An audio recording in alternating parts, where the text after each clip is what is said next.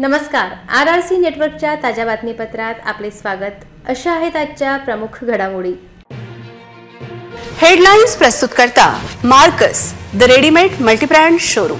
सर्वोत्तम quality, fresh stock, latest designs, reasonable rate. LRT college road, Raghuvanshi Mangal कार्यालयाच्या बाजूला, अकोला। राख संकलन करणाऱ्या ठेकेदाराची दादागिरी, धारधार शस्त्र घेऊन सुरक्षा रक्षकाला मारण्याचा प्रयत्न। सौंदर्यकरणाच्या नावाखाली 24 तास लाईट, शहरातील काही भागात मात्र अजूनही अंधार। आमदार अमोल मिटकरीला धमकीचा फोन, पोलिसांनी घराची सुरक्षा वाढवली। स्थानिकांना टोल माफी करण्याची मागणी, वंचित बहुजन आघाडीचे आंदोलन।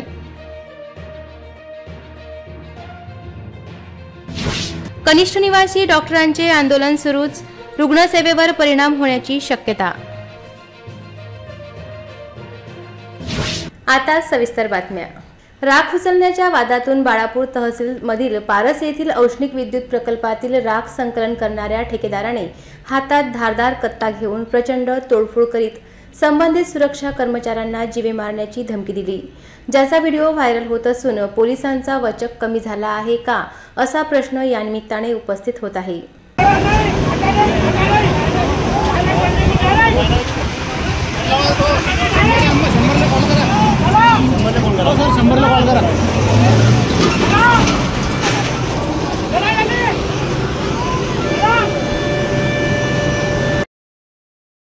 पारस येथील पॉवर हाऊसमधून राख उचलणाऱ्या फजल अन्सारी नावाच्या कंत्राटदाराने राख उचलण्याच्या वादातून संबंधित सुरक्षा कर्मचाऱ्यांना हातात धारदार कत्ता घेऊन जीवे मारण्याची धमकी दिली आणि तोडफोड करून शासकीय कामात अडथळा आणला। या प्रकरणी बाळापूर पोलिसांनी गुन्हा दाखल केला आहे। 21 फेब्रुवारी रोजी घडलेल्या या घटनेप्रकरणी कंत्राटदारावर गुन्हा दाखल करून तपास सुरू केला।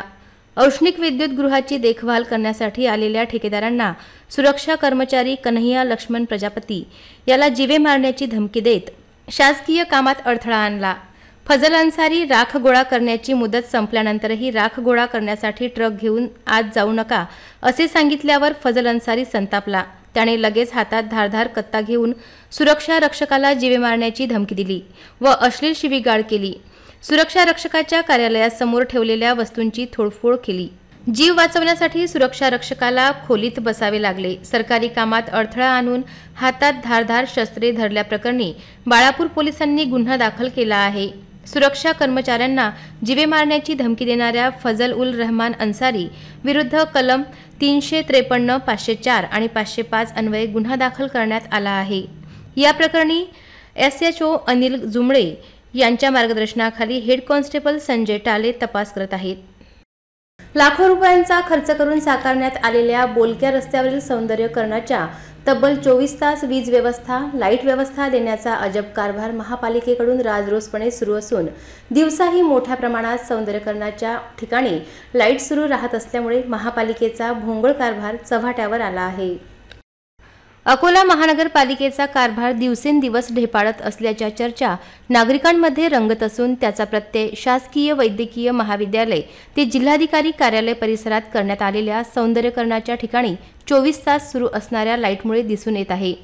लाखो रुपयांच्या निधीतून अशोक वाटिका चौक ते सरकारी बगीचा तयार करण्यात आलेल्या बोलक्या चौकासाठी 24 तास लाईट व्यवस्था उपलब्ध करून दिली जात असून शहरातील अनेक भाग मात्र अजूनही अंधारात असताना महापालिकेचे त्याकडे लक्ष नसून केवळ सौंदर्यकरणाच्या ठिकाणीच लाईट व्यवस्था पुरवल्या जात आहे का अशी शंका उपस्थित होत आहे।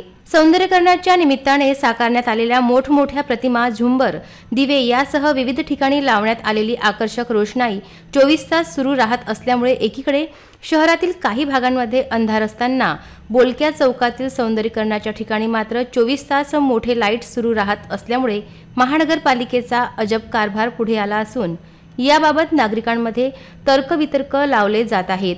यामुळे महानगरपालिका व संबंधित वीज वितरण विभागाचा गलथान कारभार चव्हाट्यावर आला असल्याच्या प्रतिक्रिया नागरिकांमधून उमटत आहेत। याबाबत दैनिक सिटी न्यूज सुपरफास्ट 16 फेब्रुवारी रोजी वृत्त प्रकाशित केले होते। त्यानंतर मात्र केवळ एक दिवस लाईट व्यवस्था सुरळीत करण्यात आली, त्यानंतर मात्र परिस्थिती जैसे थे झाली आहे।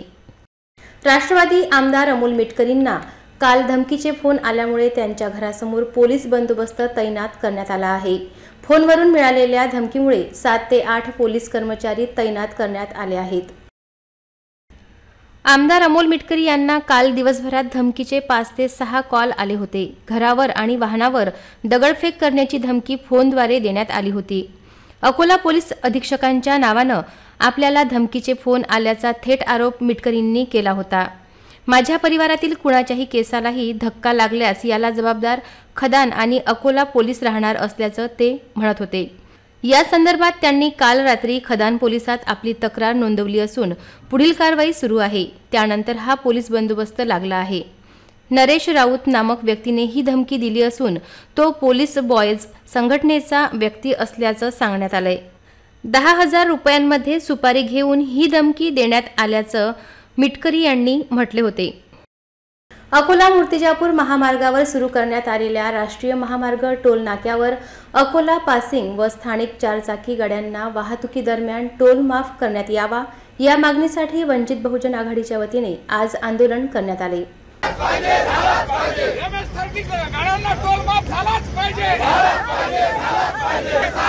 वंचित बहुजन आघाडीचा श्रद्धा बाळासाहेब आंबेडकर तुम आगे बढ़ो, आमचा रस्ता आमचा हक्क, वंचित बहुजन आघाडीचा।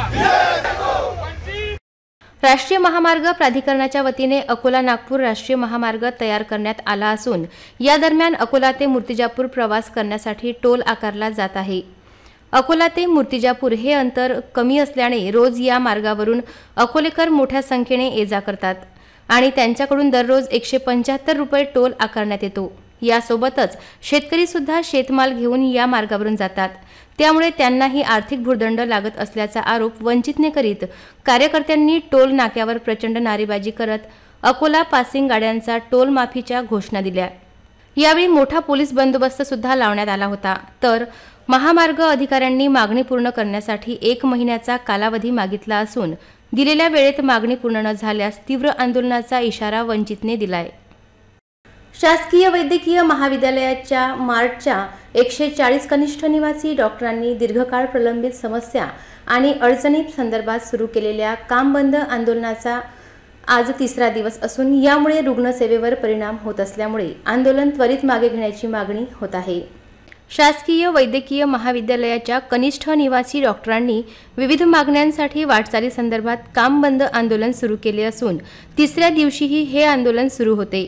रुग्णसेवेवर परिणाम होऊ नये या उद्देशाने मात्र संपाच्या काळात अत्यावश्यक उपाय म्हणून आपत्कालीन सेवा ह्या डॉक्टरांनी सुरू ठेवल्या आहेत। संप काळात डॉक्टरांनी अत्यावश्यक निधी तात्काळ देण्यासह वसतिगृहाची दुरुस्ती व बांधकाम स्टायपेंडचे नियमितीकरण प्रलंबित प्रश्न सोडवण्याची मागणी केली आहे। शासकीय महाविद्यालयातील निवासी डॉक्टरांच्या आंदोलन व संपामुळे रुग्णसेवेवर परिणाम होण्याची शक्यता व्यक्त केली जात असून त्वरित हे आंदोलन मागे घ्यावे अशी मागणी होत आहे। मनोज जरांगे यांनी लोकसभा निवडणूक लढवावी असा सल्ला वंचित बहुजन आघाडीचे सर्वेसर्वा प्रकाश आंबेडकर यांनी दिला होता। तर आता बच्चू कडू यांनी जरांगे पाटलांना विधानसभा लढण्याचा सल्ला दिलाय। माजी राज्यमंत्री बच्चू कडू अकोल्यात पत्रकारांशी संवाद साधत होते। सध्या मराठा आरक्षणाचा मुद्दा राज्यभर गाजत असून जरांगे पाटलांना काही दिवसांपूर्वी प्रकाश आंबेडकर यांनी लोकसभा निवडणूक लढवावी असा सल्ला दिला होता। तर आता बच्चू कडू यांनीही जरांगे पाटलांनी विधानसभा लढवावी असा सल्ला दिला आहे। मराठा आरक्षण संदर्भात सरकारवर विश्वास ठेवून 2 महिन्याची प्रतीक्षा जरांगे पाटलांनी करावी, तर आरक्षण न मिळाल्यास आपण स्वतः जरांगे पाटील यांच्या मागे उभे राहणार असल्याची भावना बच्चू कडू यांनी व्यक्त केली। अकोल्यात आयोजित एका रक्तदान शिबिराच्या कार्यक्रमानंतर ते माध्यमांशी बोलत होते। तर क्षत्रियांनी उपोषण करू नये तर मैदानात लढावं असा सल्लाही बच्चू कडू यांनी मनोज जरांगे पाटील यांना दिलाय।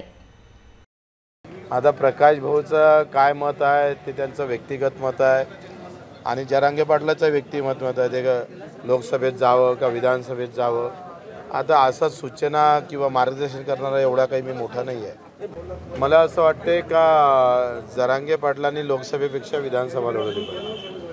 नाही, माझं असं मत आहे का माझी सध्याची तरी भूमिका अशी आहे का थोडा 1-2 महिने म्हणजे आता एप्रिल महिन्यात आचारसंहिता संपतं आणि मे महिन्यापर्यंत ही सगळी कारवाई होऊन आपण सरकार पुढाकार घेईल थोडं उसंत घ्यावी. छत्रपती पाठोपाठ लागोपाठ लगेच लढाया करायच्या नाही, थोडी अंगात ताकद येऊ द्यायची आणि अंगात ताकद आली का लढाई करायची. तर 2 महिने या सरकारवर विश्वास ठेवावा आणि 2 महिन्यापर्यंत जर काही झालं नाही तर मग मात्र बच्चू कडूचा पाठिंबा राहील. अकोला जिल्ह्यातील ग्रामीण भागामध्ये शेतकऱ्यांचे गोवंश चोरी करणाऱ्या टोळ्या सक्रिय झाल्या असून याकडे मात्र पोलीस प्रशासन डोळेझाक करीत असल्याचा आरोप बळीराजाकडून केला जात असून गोवंश चोरी करणाऱ्या टोळीचा बंदोबस्त करण्याची मागणी शेतकऱ्यांकडून होत आहे. अकोला जिल्ह्यात गोवंश चोरी घटनेमध्ये दिवसेंदिवस वाढ होत असून अशीच घटना बोरगाव मंजू पोलीस स्टेशन हद्दीतील डोंगरगाव शेत शिवारात घडली. चोर शेतकऱ्यांची बैलजोडी चोरून नेत असल्याची कुणकुण स्थानिक शेतकऱ्यांना रात्री 2च्या सुमारास लागली. याच वेळी गावातील शेतकऱ्यांनी बैलजोडी चोरून घेऊन जाणाऱ्या चोराला बैलजोडीसह रंगेहात पकडले.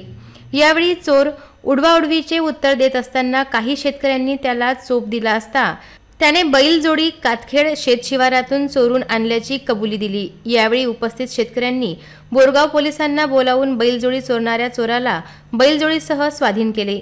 सदर चोर हा बोरगाव पोलिसांच्या ताब्यात असून याबाबत अधिक तपास सुरू आहे. मात्र यापूर्वी झालेल्या अनेक गोवंश चोरीच्या घटनेमध्ये अजूनही तपास थंड बसत्यात असून शेतकऱ्यांकडून कारवाईची मागणी होत आहे.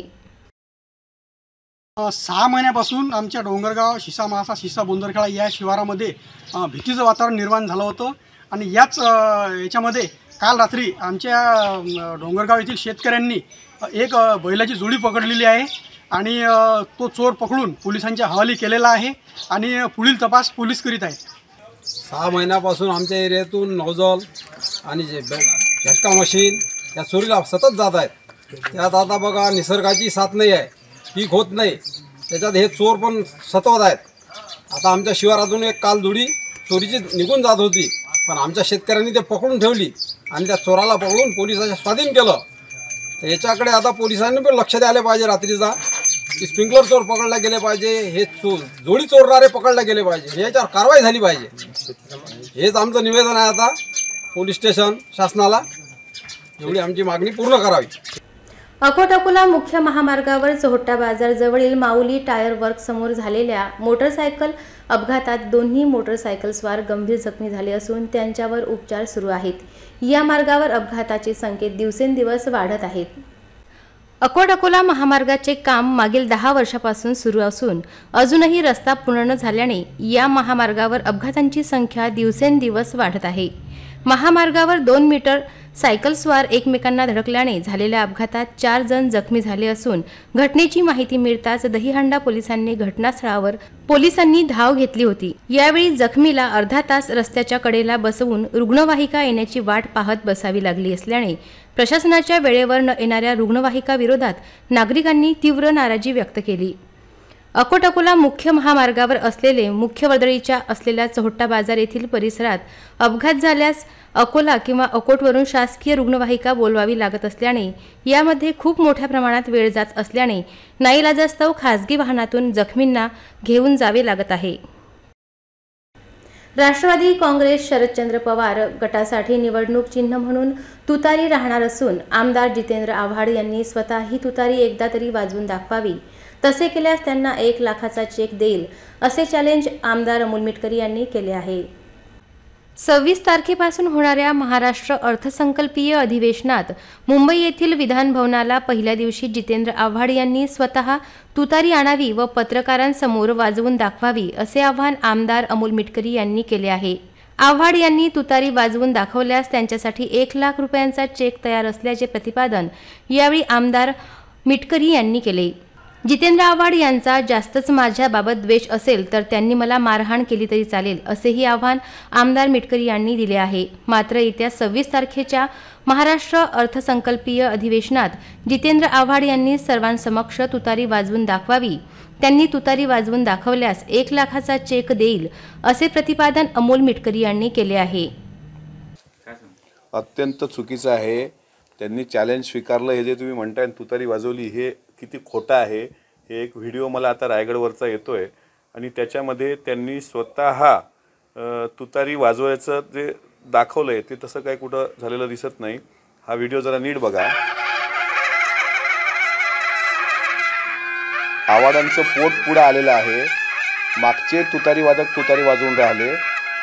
जर आव्हाड साहेबांनी माझं चॅलेंज स्वीकारलं असेल तर मी पण माझ्या उत्तराला तयार आहे. 1 लाख रुपयाचा चेक माझा त्यांच्या नावाने तयार आहे. 26 तारखेपासून महाराष्ट्राचं अर्थसंकल्पीय अधिवेशन मुंबईला पार पडते विधानभवनला. पहिल्या दिवशी त्यांनी स्वतः तुतारी आणावी, पत्रकारांसमोर ती वाजवावी आणि हा 1 लाख रुपयाचा माझ्यासारख्या गरीब कार्यकर्त्याकडून, ज्याला 50,000 रुपये महिन्याच्या पगारावर अजितदादांनी ठेवलं असं वारंवार आव्हाड म्हणतात, त्यांनी माझा 2 महिन्याचा पगार घेऊन जावा. आणि जर त्यांना जास्तच माझ्याबद्दल द्वेष असेल तर त्यांनी करमुसेसारखी मलाही मारहाण केली तरी चालते, पण 1 लाख रुपयाचा माझा चेक तयार आहे. आव्हाड साहेबांनी कधी येऊन तो घेऊन जावा. फक्त तुतारी त्यांनी एकट्याने वाजवावी आणि तुतारीच्या तोंडातून आवाज काढावा, ही माझी अट आहे. पुन्हा एक नजर टाकूया आजच्या प्रमुख घडामोडींवर. हेडलाइन्स प्रस्तुत करता Marcus the readymade multibrand showroom. सर्वोत्तम quality, fresh stock, latest designs, reasonable rate. LRT college road, Raghuvanshi Mangal कार्यालयाच्या बाजूला, अकोला. राख संकलन करणाऱ्या ठेकेदाराची दादागिरी, धारधार शस्त्र घेऊन सुरक्षा रक्षकाला मारण्याचा प्रयत्न. सौंदर्यकरणाच्या नावाखाली 24 तास लाईट, शहरातील काही भागात मात्र अजूनही अंधार. आमदार अमोल मिटकरीला धमकीचा फोन, पोलिसांनी घराची सुरक्षा वाढवली. स्थानिकांना टोल माफी करण्याची मागणी, वंचित बहुजन आघाडीचे आंदोलन.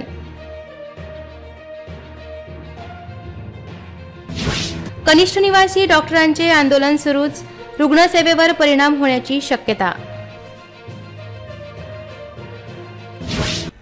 बातम्यांसाठी तुम्ही पाहत रहा RRC न्यूज. यूट्यूब चॅनलवर तुम्ही पण लाईक आणि सबस्क्राईब करा. RRC डिजिटल अकोला हे यूट्यूब चॅनल. जगभरात कुठेही पहा RRC डिजिटल अकोला. पुन्हा भेटूया ताज्या बातम्यांसह, नव्या घडामोडींसह, नव्या बातमीपत्रात. तोवर नमस्कार.